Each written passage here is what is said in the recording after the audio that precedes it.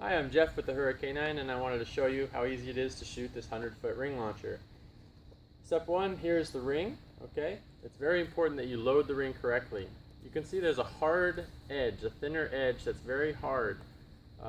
It has a color, it's either blue or black depending on which ring you have. And that's what you want to face forward, okay? So when you put it onto the pusher, you want to make sure that this is facing forward. If you put it backwards, then it's not going to fly far. It's only going to go 20 feet.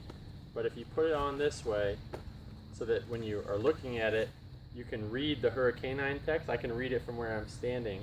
Then you know you put it on the right way, and that will maximize the distance. That's tip number one.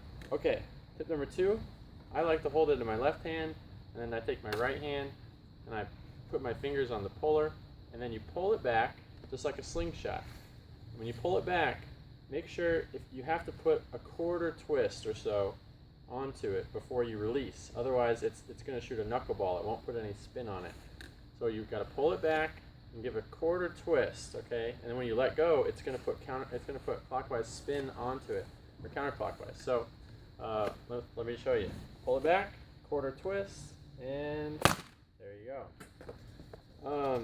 Next step is you can always control the distance by how far you pull back the launcher. So if you're using it indoors in a small space, you only want to shoot it 20 feet, then you only need to pull it back 20% of the way. You can still shoot it like this, and it'll go only 20 feet or whatever.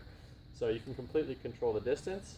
Another tip is don't point it straight up in the air or straight down. If you want to maximize the distance, it's best just to shoot it level, horizontal with the ground, and it will maximize the distance.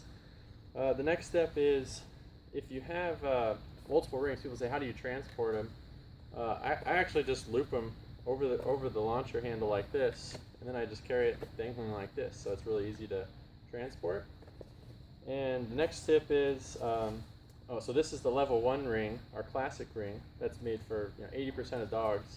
And then this is our extra tough ring that's covered in spandex. So it's completely wrapped in spandex, and it's about 3 times as durable as this ring. And so this is for the dogs with really aggressive bites that love chewing up toys in 2 minutes. Those are the dogs that will want that one. Another trick is if you have a dog that doesn't tend to drop toys, they like to hold on to it, and they'll never drop it for you. One trick that I use is always have, that's why we have multiple rings in the package. So if the dog is running around with it in its mouth and you're like, give it back, and they won't, what you can do is you load the second ring and you say, okay, here you go, and then you shoot the second ring and it'll go, and most of the time the dog will drop the ring and go chase it because they want the next one. So try that trick, hopefully that works. Another good tip is when you're using it, this is not a chew toy, right? You don't just leave it out with them when you're done playing with it. You have to put it away, put it in the closet, hang it up somewhere, keep it away from the dog. Let them know that this is a flying toy. It's not for chewing. So always try to just have good practice with that. And lastly, I think that's pretty much it. So about the different rings. You can watch our videos for which ones are which. And if you have any questions or issues, you can always email us at support@hurriK9.com. And lastly, follow us on Facebook or any of our social media accounts for the HurriK9. That's HurriK9. And you'll see lots of really fun videos. Our customers post awesome videos of their dogs chasing them. We love watching them. And yeah.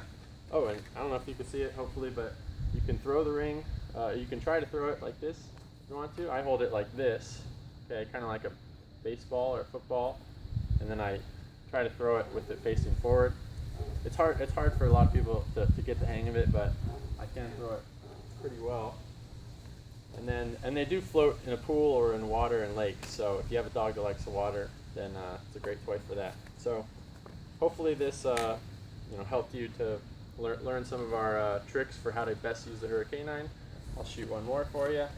Here we go. And yeah, thank you very much. Bye.